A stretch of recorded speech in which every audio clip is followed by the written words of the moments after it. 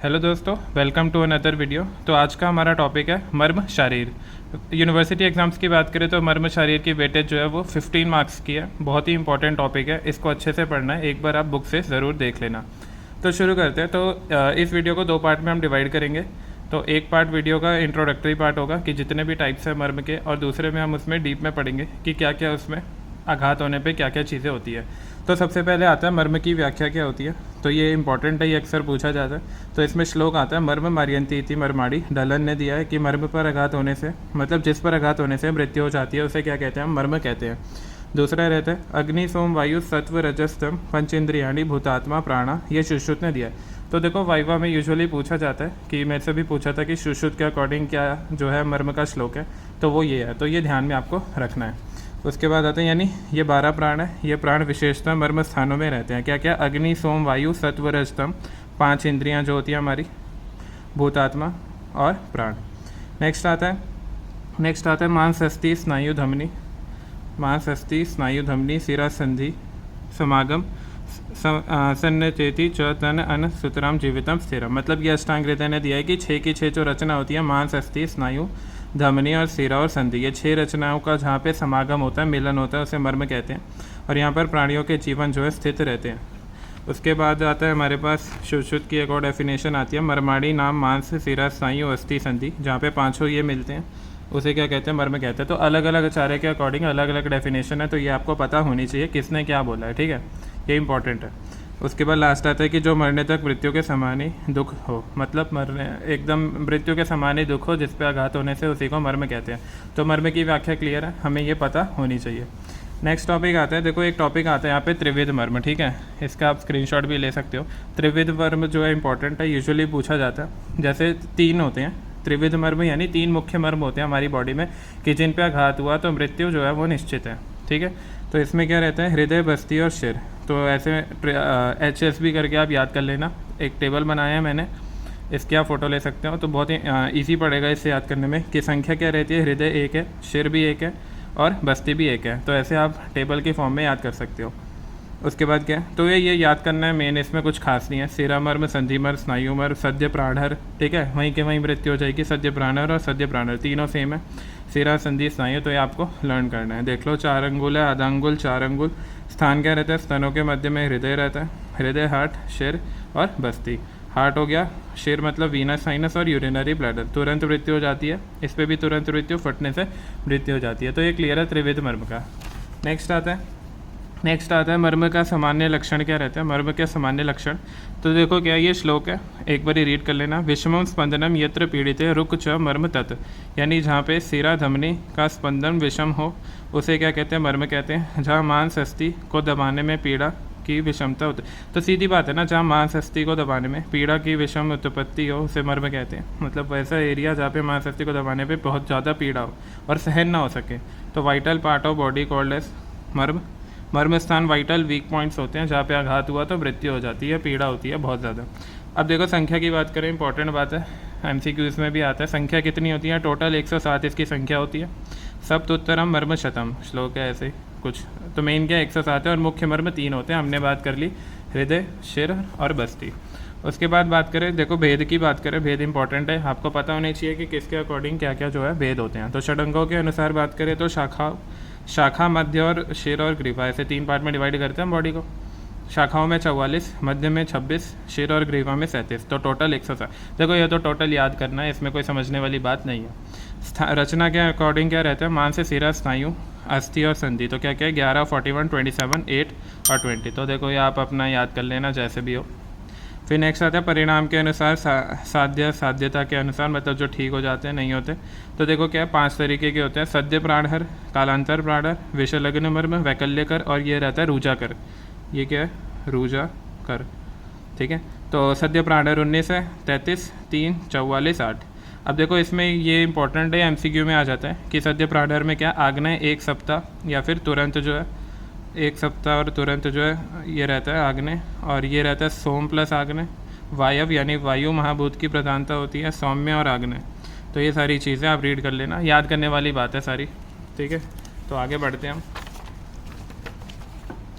तो आगे परिणाम के अकॉर्डिंग क्या रहता है, तो आधा अंगुल प्रमाण है, अंगुल प्रमाण होता है ना, हमने पढ़ा था प्रमाण शारीर में अंगुल प्रमाण क्या रहता है, 1 2 3 4, तो ऐसे ऐसे रहते हैं। ठीक है, अब देखो हम क्लासिफिकेशन करते हैं कि षडंगों के अनुसार क्या क्या मर्म है और कौन कौन से मर्म है। देखो हमें मेन इसमें क्या चीज़ें याद होनी चाहिए आपको। ठीक है, चीज़ें याद है तो आप क्वेश्चन का आंसर कर पाओगे, नहीं तो फिर कोई मतलब ही नहीं है।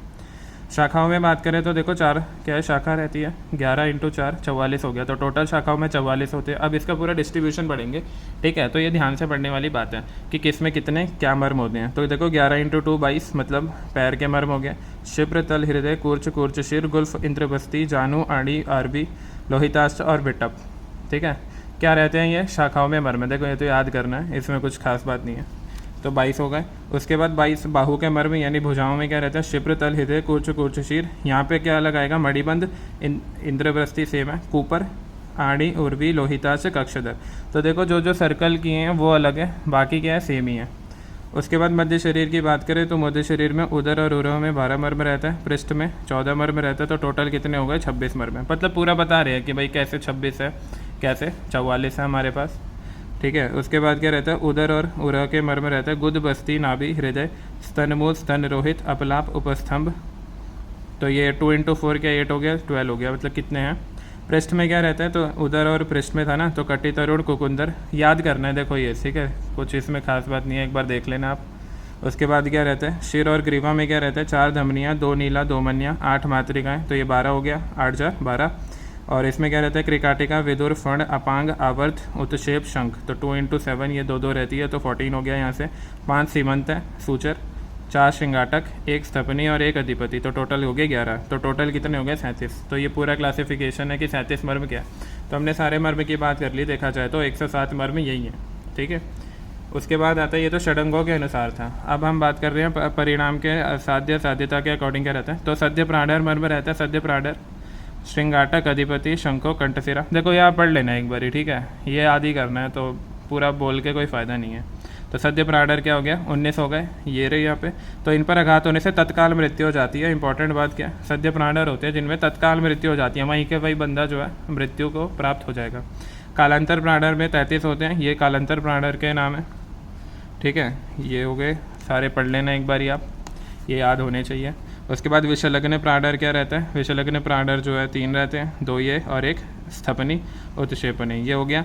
उसके बाद आता है वैकल्यकर मर्म क्या रहता है, लोहित, हड्डी, जानी, कुर्वी, ये सारे, कूपरा, कुकुंदर, कक्षधर, विधुर, क्रिकाटिका हो गया, अंशफलक, अपांग, नीले, मनिया, ये सारे कितने हो गए 44 हो गए।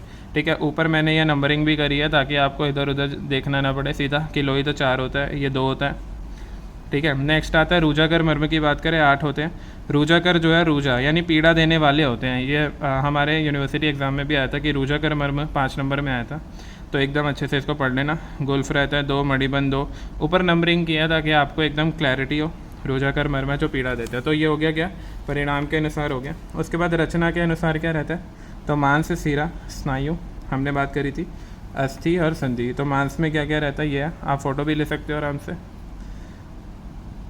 तल, हृदय, इंद्रबस्ती, गुद, स्तन रोहित, ये सारे। सिरा जो है 41 रहता है। ठीक है, ये नाम है, देखो याद कर लेना, और क्या। अस्थि है, ये फ़ोटो ले लो, क्लियर है। नेक्स्ट आता है उसके बाद परिणाम के अनुसार क्या रहता है, परिणाम के अनुसार परिणाम के अकॉर्डिंग ये सारे रहते हैं। परिणाम के अकॉर्डिंग देखो क्या है, यहाँ पे मैंने लिखा हुआ है, ये श्लोक है, तो श्लोक आपको इतना याद नहीं करना, वो मर्म की व्याख्या वाला श्लोक आपको याद होना चाहिए, बाकी तो ऐसे ही है, कोई नहीं पूछता। आपको मेन क्या पता होनी चाहिए, परिणाम के अकॉर्डिंग उर्वी, कूर्चशीर, ये 4 4 2 इनकी संख्या है। ठीक है, तो टोटल 14 हो गए। ये 1 1 अंगुल वाले होते हैं, फिर 2 2 अंगुल वाले, फिर 3 3 अंगुल वाले। ठीक है, इसकी एक फ़ोटो ले लो ऐसे, ताकि एक जगह आपका सारा क्लियर है। ठीक है, उर्वी, कूर्चशीर हो गया, मणिबंध, गुल्फ हो गया, जानू, कूपर, हृदय, बस्ती, कूर्च, ठीक है, गुद, नाभि, सिर में श्रृंगाटक और सीमंत है। तो ये सब थोड़ी इंपॉर्टेंट है, तो ध्यान रखना किसका कितना अंगुल रहता है। ठीक है, क्लियर है, देख लो।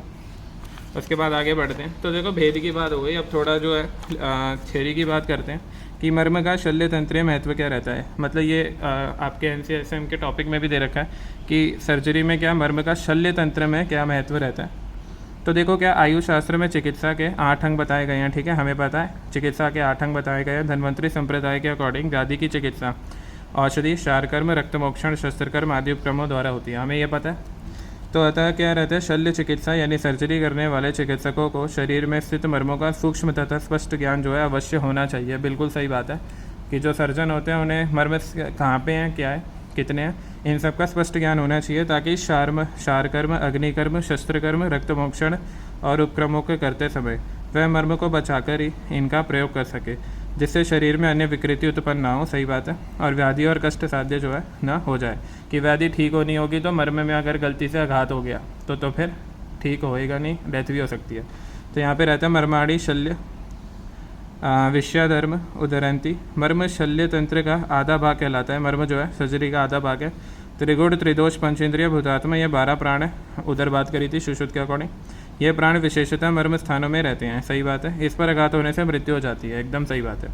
शल्य कर्म करते समय विशेष रूप से इनका बचाव जो है करना चाहिए। सर्जरी करते समय हमें मर्म स्थानों का विशेष रूप से जो है करना चाहिए। अगर वहाँ पे आघात हुआ तो मृत्यु वैसे ही हो जाएगी। नेक्स्ट आता है, क्या रहता है, शाखा नष्ट होने से मृत्यु नहीं होती। अब एक एक करके बात करते हैं कि किसके नष्ट होने से क्या मृत्यु नहीं होती। तो देखो, शाखा नष्ट होने से मृत्यु नहीं होती, क्या मतलब है, शिप्र तल हृदय मर्म पर आघात होने से। अब ऐसा भी नहीं है कि हर मर्म में आघात होने से मृत्यु हो जाएगी। तभी तो 5 तरीके के मर्म थे, सद्य प्राणर, कालांतर प्राणर, की तुरंत मृत्यु हो जाएगी, थोड़ी देर में मृत्यु होगी, 1 सप्ताह में मृत्यु होगी। तो क्या बोला जा रहा है, शाखा नष्ट होने से मृत्यु नहीं होती। शिप्र तल हृदय मर्म पर आघात होने से मणिबंध और गोल प्रदेश में हाथ पैर काट देने चाहिए। मतलब वही है, कहीं पे आघात हो गया तो हाथ पैर काट देते हैं तो बच जाता है इंसान, मरता नहीं है। क्योंकि संधि स्थानों पर काटने से स्थानीय सिराओं का तुरंत संकोच हो जाता है, कॉन्ट्रैक्शन हो जाता है। तो जैसे होता है ना, कहीं पे आघात लग गया, कि कहीं पे गोली लग गई, तो वो पार्ट को क्या करते हैं, या तो हाथ पे लगी, हाथ काट दो तो सही हो जाता है। मतलब इन्फेक्शन से मरेगा नहीं बंदा। उसके बाद क्या, शिप्र तल हृदय मर्म का महत्व क्या रहता है। अब देखो, इन मर्म के शिप्र और तल हृदय, इन मर्मों के स्थान पर सबसे पहले मेटाटार्सल और मेटाकार्पल आर्टरीज होती है। यहाँ पर आघात लगने से इस जगह जो है गैंग्रीन उत्पन्न होता है, होने का भय रहता है। अतः मणिबंध और गोल प्रदेश हाथ पैर काट देने चाहिए। गैंग्रीन उत्पन्न हो जाता है तो उससे इन्फेक्शन होगा या जो भी, तो क्या कहते हैं, इसमें मणिबंध और गोल हाथ पैर जो है काट देने चाहिए, ताकि जान तो बच जाए, है ना। उसके बाद क्या रहता है, तो हमने क्या क्या पढ़ा, मेन बात क्या है, शाखा नष्ट होने पर मृत्यु नहीं होती और शिप्र तल हृदय मर्म का महत्व रहता है। तो क्या करो, गैंग्रीन उत्पन्न होता है, ये अक्सर पूछा जाता है, ध्यान रखना। उसके बाद क्या, शिप्र, इसके बाद बात करें विध होने पर लक्षण क्या रहता है, कि त्रिमर्मों का प्रमुखता। देखो, आघात होने से, आघात से फटने पर तुरंत मृत्यु हो जाती है, ठीक है। कुछ आचार्य बस्ती के स्थान पर नाभि को प्रधान मर्म मानते हैं। बस्ती के स्थान पर नाभि, हमने पढ़ा था, नाभि भी प्राण का जो है मूल वो रहता है, सिराओं का भी रहता है मूल स्थान, जहाँ पे वो रहती है, ओरिजिनेट होती है। त्रिमर्मों को मानते हैं, किसको, प्रधान मर्म मानते हैं नाभि को, क्योंकि शरीर का मूल माना जाता है। सही बात है, नाभि क्या शरीर का मूल है। ये त्रिमर्म सद्य प्राण होने से इन पर आघात लगने से निश्चित रूप में तुरंत मृत्यु हो जाती है। तो शिर, हृदय, बस्ती के मध्यम रोग मार्ग हैं। According to modern vital part क्या क्या, हार्ट, लंग और ब्रेन, अभी बात करी थी। अकॉर्डिंग टू व्यवहार आयुर्वेदा वाइटल पार्ट है कोमा, एस्फिक्सिया, साइनेप्स। चरक के अकॉर्डिंग है बस्ती, शिर और हृदय। तो अलग अलग क्या, आचार्य के अकॉर्डिंग अलग अलग वाइटल पार्ट होते हैं। तो क्या है, पीड़ा, दुख से लेकर मृत्यु तक सभी परिणाम इन मर्मों पर आघात होने से देखे जाते हैं। कुछ मर्मों पर आघात होने से सिर्फ पेन उत्पन्न होता है। मैंने बोला था, हर मर्म पे आघात होने से मृत्यु नहीं होती, दर्द उत्पन्न होता है, कुछ बच जाते हैं। बट कुछ होते हैं मर्म जिस पे अगर आघात हुआ, अटैक हुआ, तो जस्ट मृत्यु हो जाएगी। तो कुछ मर्म विकृत उत्पन्न करते हैं, कुछ मर्म तुरंत, और कुछ काल के पश्चात मृत्यु करते हैं। सडन डेथ हो जाती है, कभी कभी हो जाती है, ठीक है। उसके बाद बात करें मर्मों के साथ महाभूत का क्या संबंध रहता है, ठीक है। क्लियर है। तो सारी चीज़ें हमें पता होनी चाहिए, एक आइडिया आपको होना चाहिए कि क्या क्या होता है। तो मर्मों के साथ क्या महाभूतों का संबंध रहता है। तत्र सद्य प्राणर अग्नियानी, अग्नि मतलब पहली बात करी थी, सद्य प्राणर में आग्नेय होता है, कलांतर प्राणर में जो है सोम और अग्नि होती है, विषलग्न प्राणर में। तो ये श्लोक आपको याद नहीं करना, बस आपको ये वो याद रखना है जो बताया था वहाँ पे अपन ने पढ़ा था वेद के अकॉर्डिंग, कि किस में क्या क्या होता है। इसमें वायव होता है, वायु होता है, वैकल्य कर में सौम्य रहता है, रुजा कर में क्या रहता है, वायु गुण रहता है। तो सद्य प्राणर, अब देखो यहाँ पे बात करें, सद्य प्राणर की बात करें तो आग्नेय होता है, अग्नि महाभूत की प्रधानता होती है। तो अग्निगुण शीघ्र कम होने के कारण शरीर को नष्ट कर देता है। तो सद्य प्राणर में अटैक होने से तुरंत मृत्यु हो जाती है, क्योंकि इस पर अटैक होता है। तो अग्निगुण क्या होता है, जो अग्निगुण है वो शीघ्र कम हो जाता है, और अग्नि कम हो गई तो वैसे ही मृत्यु हो जाएगी। अग्नि तो मेन है ना।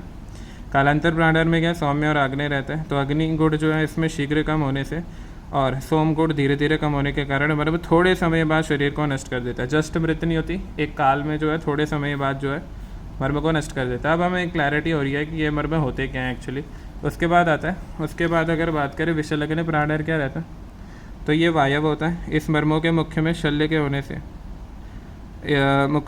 होने से जब तक वायु रुकी रहती है तब तक प्राण जीवित रहते हैं, सही बात है। किंतु शल्य निकालने मात्र से मर्म स्थानों से क्या होता है, वायु निकल जाती है, इसलिए जितने समय तक शल्य रहता है तब तक पुरुष जीवित रहता है, किंतु शल्य निकालने से मृत्यु को प्राप्त हो जाता है। तो वही है, शल्य निकालने से मृत्यु को प्राप्त हो जाएगा, जब तक रहेगा तब तक जिंदा रहेगा। व्रण का पाक होने पर शल्य निकल जाए तो मनुष्य जो है जीवित रहता है। तो ये हो गया किसका, विशल्यग्नि प्राण। वैकल्य कर क्या रहता है, सौम्य गुण होता है। देखो ये आपको याद करना है, किसमें सौम्य गुण है, किसमें आग्नेय गुण है, ठीक है, तभी कुछ बात है। सोम स्थिर होने के कारण और सौम्य गुण के कारण प्राणों का अवलंबन करता है। रुजाकर मर्म क्या रहता है, अग्नि और वायु गुण रहता है, दोनों विशेष प्रकार से पीड़ित करने वाले होते हैं। इस कुछ आचार्य के अकॉर्डिंग रुजाकर मर्म जो है पंच भौतिक होते हैं, यानी इसमें पांचों महाभूत होते हैं कुछ के अकॉर्डिंग, बट मेन के अग्नि और वायु जो है इसमें इंपॉर्टेंट है। तो हमने पांचों बात कर ली क्या क्या कैसे होता है। लास्ट यहाँ पे आता है एक मतलब इसका पार्ट का कि मर्मों का कार्य करने का काल क्या है। तो तत्र सद्य प्राण हराणी सप्तरात्राभ्यंतराणी, मतलब ये श्लोक है, एक बार इसे रीड करने हैं। तो सद्य प्राणर का क्या रहता है काल, 7 रहता है, इसका 15 से 20 दिन रहता है, ये जल्दी रहता है। और वैकल्य कर का क्या रहता है, विशेष कदाचित अभिहतानी, मतलब एक बार इसे रीड करने ना, श्लोक याद करने की ज़रूरत नहीं है कि मर्मों का कार्य करने का काल कितना रहता है, कि कितने में जो भी है होगा उसका आघात होने पे मृत्यु। तो ये 7 दिन है, 15 से 30 दिन है, इसमें जल्दी हो जाता है विषलग्न वैकल्यकर, और इसमें विशेष जो है वो रिक्वायर्ड है। तो ये हो गया पाँचों मर्मों के बारे में बात हो गई। तो देखो ये वीडियो थोड़ी लंबी हो गई है, तो नेक्स्ट जो हमारा बचा हुआ है इसमें क्या क्या बचा, मर्मों पर आघात होने से क्या क्या लक्षण होते हैं, तो ये हम नेक्स्ट वीडियो में पढ़ेंगे। तो मर्म के बारे में हमने आज पढ़ा। मर्म जो है एक बहुत ही इंपॉर्टेंट टॉपिक है। आई होप आपको समझ आया होगा। मिलते हैं नेक्स्ट वीडियो में, पार्ट 2 में। तब तक के लिए बेस्ट ऑफ लक।